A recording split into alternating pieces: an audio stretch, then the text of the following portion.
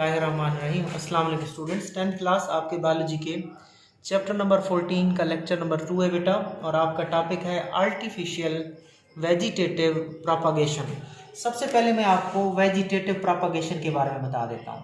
ठीक है, vegetative propagation क्या होती है ये आप देखें बेटा। ये पौधा है और ये पौधे में लीफ है, और ये नीचे जो ज़मीन के नीचे जो पौधे का हिस्सा होता है उसको रूट कहते हैं। क्या कहते हैं बेटा? रूट्स। ठीक है, और उसके बाद ये जो ऊपर वाला हिस्सा होता है इसको स्टेम कहते हैं, और इसको क्या बोलते हैं? लीफ। और यहाँ पे फूल बाद में बनता है, फूल बाद में बनता है, उसको फ्लावर बोलते हैं। अब ये जो तीन हिस्से हैं, एक रूट, एक स्टेम और एक लीफ, ये तीन हिस्से पौधे की सेक्सुअल रिप्रोडक्शन में हिस्सा नहीं लेते। लिहाजा इन तीन हिस्सों को, जो पौधे की सेक्सुअल रिप्रोडक्शन में हिस्सा नहीं लेते, उन तीन हिस्सों को हम वेजिटेटिव पार्ट्स या वेजिटेटिव हिस्से कहते हैं। और अगर पौधा इन्हीं वेजिटेटिव हिस्सों से अपनी नस्ल को बढ़ाए तो उसे कहते हैं वेजिटेटिव प्रोपागेशन। ठीक है, जबकि फूल जो होता है वो पौधे का तौलीदी हिस्सा होता है। फूल पौधे का रिप्रोडक्टिव हिस्सा होता है जो सेक्सुअल रिप्रोडक्शन में हिस्सा लेता है। ठीक है, उसको रिप्रोडक्टिव हिस्सा कहते हैं। लेकिन स्टेम, रूट और लीफ ये पौधे की सेक्सुअल रिप्रोडक्शन में हिस्सा नहीं लेते, लिहाजा ये वेजिटेटिव पार्ट्स होते हैं। अगर वेजिटेटिव पार्ट से नया पौधा बनाया जाए, रूट से नया पौधा बन जाए, तन्ने से नया पौधा बन जाए, पत्ते से नया पौधा बन जाए, तो उसको हम कहते हैं वेजिटेटिव प्रोपागेशन। और वेजिटेटिव प्रोपागेशन जो होती है वो आर्टिफिशियल भी हो सकती है, मसनूई वेजिटेटिव प्रोपागेशन, और नेचुरल भी होती है। नेचुरल वेजिटेटिव प्रोपागेशन बेटा आपके टॉपिक में नहीं है, स्मार्ट सिलेबस में नहीं है, तो हम देखेंगे मसनूई vegetative propagation, artificial vegetative propagation.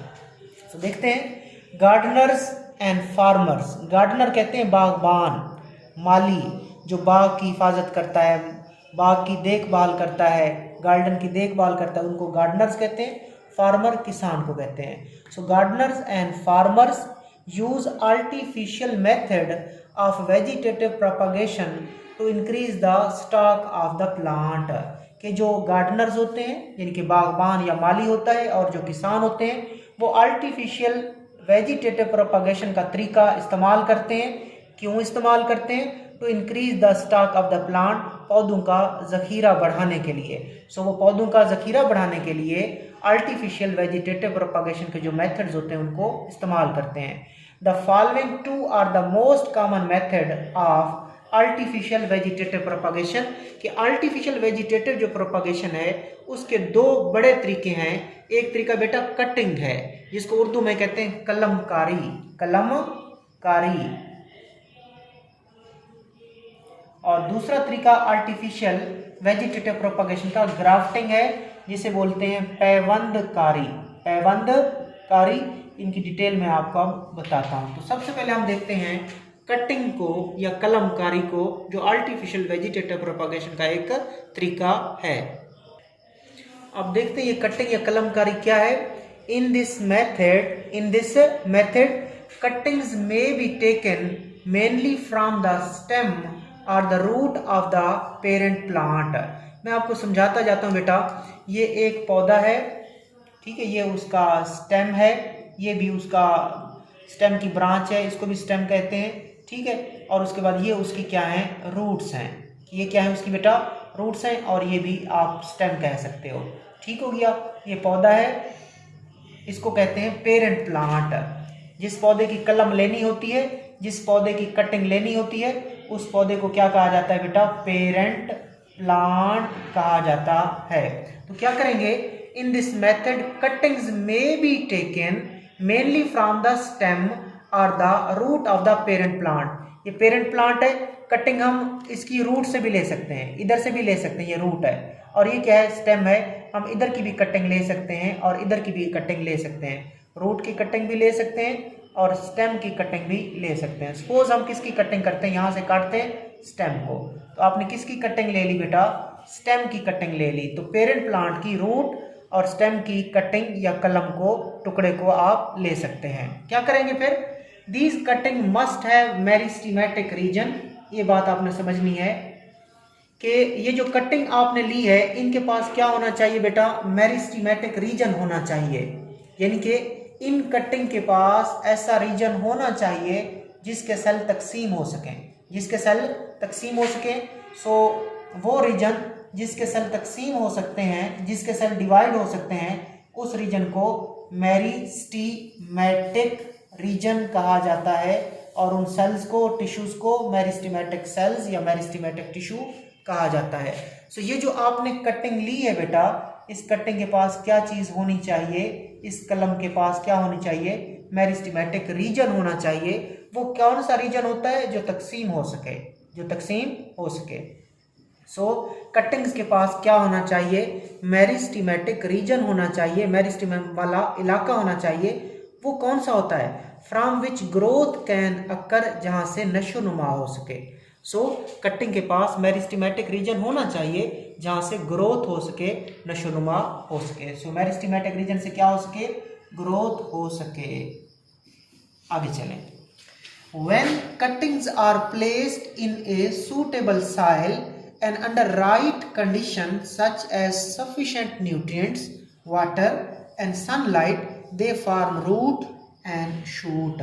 अब क्या करेंगे, ये जमीन है बेटा, ये क्या है, ये जमीन है और इस जमीन के अंदर आपने इस कटिंग को लगा दिया है। आपने इस जमीन के अंदर, इस सॉइल के अंदर, जमीन के अंदर उस कटिंग को आके लगा दिए। और कटिंग भी कैसी है, जिसके पास कौन सा रीजन मौजूद है, मेरिस्टेमेटिक रीजन मौजूद है, जहां से क्या होगी, नशोनुमा होगी। सो जब हम क्या करते हैं, इस कटिंग को मुनासिब जमीन में, सूटेबल सॉइल में, मुनासिब जमीन में लगा देते हैं।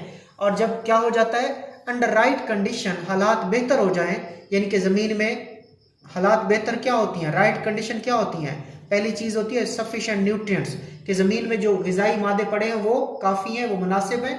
दूसरा, ज़मीन में क्या चीज़ पड़ी हुई है, ज़मीन को आपने क्या देना है, ज़मीन में आपने पानी लगाना है, ठीक है, ज़मीन को आपने पानी देना है। और तीसरे नंबर पे ऊपर से क्या आ रही होगी, सनलाइट, तो ज़मीन को आपने पानी देना है, ज़मीन में खुराक पड़ी हुई है, खाद वगैरह दे दें, और ऊपर से क्या है बेटा, सनलाइट भी आ रही है।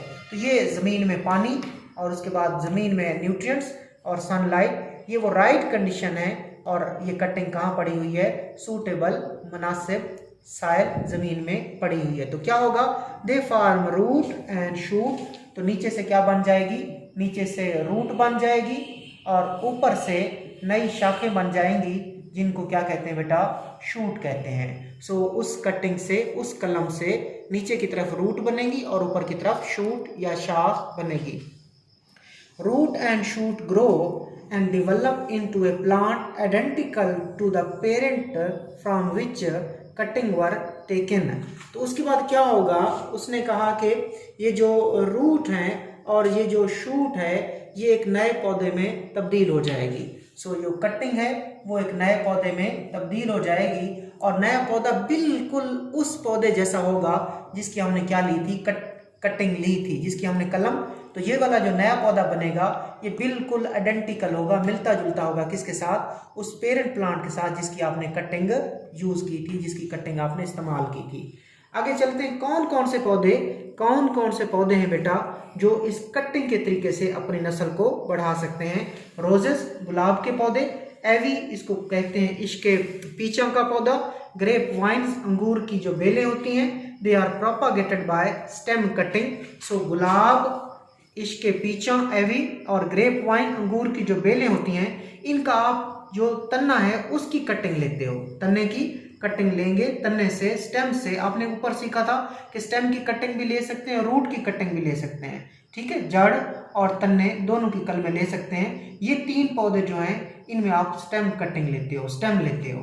आगे जबकि जो स्वीट पोटैटो है, जिसको शक्करकंदी कहते हैं, शक्करकंदी कहते हैं, इट इज एनलार्ज रूट, ये बेसिकली क्या होती है, बड़ी हुई रूट होती है। आगे चलें, farmer place it in the most sand. Sweet potato जो है ये बेसिकली क्या है, एनलार्ज रूट है, ये बड़ी हुई रूट होती है, बड़ी हुई जड़ होती है। जो किसान होते हैं वो इसको नमी वाली रेत में, नमी वाली रेत में, यानी कि वो रेत जिसमें हल्का थोड़ा थोड़ा पानी है। सो जो किसान होते हैं वो इस स्वीट पोटैटो की एनलार्ज रूट को मॉइस्ट सैंड में, नमी वाली या गीली रेत में रखते हैं, और शायद या गीली मट्टी में भी रख सकते हैं, until it produces several plantlet, जब तक ये several plantlet या छोटे छोटे पौधे नहीं बना सकती। Then the plantlets are removed and planted। अब मैं आपको तरीका बता देता हूँ। ये बेसिकली ये स्वीट पोटैटो है, ये क्या होती है, एनलार्ज रूट होती है। बड़ी बड़ी क्या होती है बेटा, ये बड़ी बड़ी क्या होती है, एनलार्ज रूट होती है। तो जो फार्मर्स होते हैं वो इस एनलार्ज रूट को मॉइस्ट सॉइल में या मॉइस्ट सैंड में लगा देते हैं, ठीक है, मॉइस्ट गीली रेत या गीली जमीन में इसको लगा देते हैं। तो फिर क्या निकलेंगे, इससे छोटे छोटे पौधे निकलेंगे, इससे छोटे छोटे पौधे निकलेंगे, इससे छोटे छोटे पौधे निकलेंगे। उन छोटे छोटे पौधों को क्या बोलते हैं बेटा, प्लांटलेट्स कहते हैं। फिर क्या करते हैं किसान, इस पौधे को अलग कर लेंगे, इस पौधे को जमीन में अलग लगा देंगे, इस पौधे को अलग लगा देंगे, इस पौधे को अलग लगा लेंगे वहां से अलग करके। सो आपने क्या सीखा, स्वीट पोटैटो एक एनलार्ज रूट है, बड़ी हुई रूट है। किसान इसको गीली रेत या गीली मट्टी में लगाते हैं और तब तक लगा रहने देते हैं जब इससे बहुत सारे छोटे छोटे पौधे यानी कि प्लांटलेट्स ना बन जाएं। फिर क्या करते हैं, then the plantlets are removed, फिर उन प्लांटलेट को अलग किया जाता है। छोटे छोटे पौधे जो एक दूसरे के करीब होते हैं उनको रिमूव किया जाता है, वहां से अलग किया जाता है और फिर उनको प्लांट कर दिया जाता है, वक्फे वक्फे से काश्त कर दिया जाता है। आगे चलें। This process is use to produce many plant from a single plant. तो इस तरह एक ही पौधे से आपने बहुत सारे पौधे पैदा कर लिए। इसी तरह आपने इधर देखें कि एक ही पौधे से आपने बहुत सारे पौधे पैदा कर लिए। आगे चलें। All new plants are exactly the same. जितने भी नए पौधे पैदा हुए वो सब के सब क्या हैं, बिल्कुल एक जैसे हैं। This artificial vegetative propagation has been very beneficial on sugarcane plantation। तो ये जो आपने तरीका देखा ये सबसे ज़्यादा मुफीद, सबसे ज़्यादा फ़ायदेमंद, सबसे ज़्यादा बेनिफिशियल किसके लिए है, शुगर केन प्लांटेशन, गन्ने की काश्त के लिए। गन्ना, शुगर केन किसको बोलते हैं, गन्ने को बोलते हैं, गन्ने का पौधा।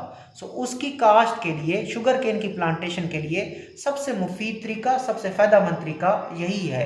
ठीक है, आगे चलते हैं हम अगले तरीके की तरफ जो कि बेटा है ग्राफ्टिंग। और ग्राफ्टिंग को उर्दू में कहते हैं बेटा पैवंदकारी। So in grafting a piece of stem is cut from the plant and it is attached with another plant with well established root system. मैं आपको इधर समझा देता हूँ बेटा। तो आपने देखना है कि ये एक पौधा है और ये पौधा अच्छा पौधा है, ठीक है। इसके जो फल वगैरह होते हैं वो हमें पसंद है, इसकी पैदावार ज़्यादा होती है, इसके फल लजीज होते हैं, ठीक है, और ज़्यादा फल पैदा करता है। ठीक हो गया। तो ये मैंने उसका एक आपको थोड़ा सा हिस्सा आपको दिखाया। एक पौधा है जो आपको अच्छा लगता है और उसकी पैदावार वगैरह सब कुछ ज़्यादा है, ठीक है। तो ये एक प्लांट है और ये दूसरा प्लांट है। ये कौन सा प्लांट है बेटा, ये दूसरा प्लांट है, ठीक हो गया। ये दूसरा प्लांट है और इसकी जो रूट्स हैं वो ज़मीन में फैली हुई हैं और रूट्स के अंदर क्या होती हैं, वेस्कुलर टिश्यूज होते हैं, जैलम और फ्लोएम होते हैं, वो भी ज़मीन के अंदर अच्छे तरीके से क्या हुई पड़ी हैं, फैली पड़ी हैं। ये पौधा था, ये पौधा इतना अच्छा नहीं है, ये पौधा इतना अच्छा नहीं है, लेकिन इतने फल भी नहीं पैदा करता, मतलब अच्छे नहीं होते। तो हम चाहते हैं हम इसकी ग्राफ्टिंग करें, इसको अच्छा पौधा बना दें। तो क्या करना होता है बेटा, हम क्या करेंगे, ये जो अच्छा पौधा है इसका एक टुकड़ा लेंगे, इसका एक टुकड़ा लेंगे। ये टुकड़ा आपने ले लिया, ये टुकड़ा आपने ले लिया, अच्छे पौधे का टुकड़ा लिया। तो इस टुकड़े की इधर जगह बनाएंगे। तो जगह कैसे बनेगी, तो इस टुकड़े की जगह आपने यहाँ पे बनानी है, इसको इधर ले आना है, इसके टुकड़ों को काट देना है। इसके टुकड़ों को मैंने रिमूव कर दिया, तो इसका मतलब मैंने इसके टुकड़े काट दिए और उस टुकड़े की, अच्छे पौधे की मैंने क्या बना ली, जगह बना ली। ठीक हो गया। तो फिर इसको मैं टाइट करके बांध दूंगा। फिर क्या होगा, कुछ दिन के बाद इसके जो वेस्कुलर बंडल हैं, ये जो पहले वाला पौधा है जो इतना अच्छा नहीं है, उसके जो वेस्कुलर बंडल हैं, जो उसकी जैलम और फ्लोएम है, वो और इस टुकड़े की जैलम और फ्लोएम आपस में क्या हो जाती हैं, कनेक्ट हो जाती हैं।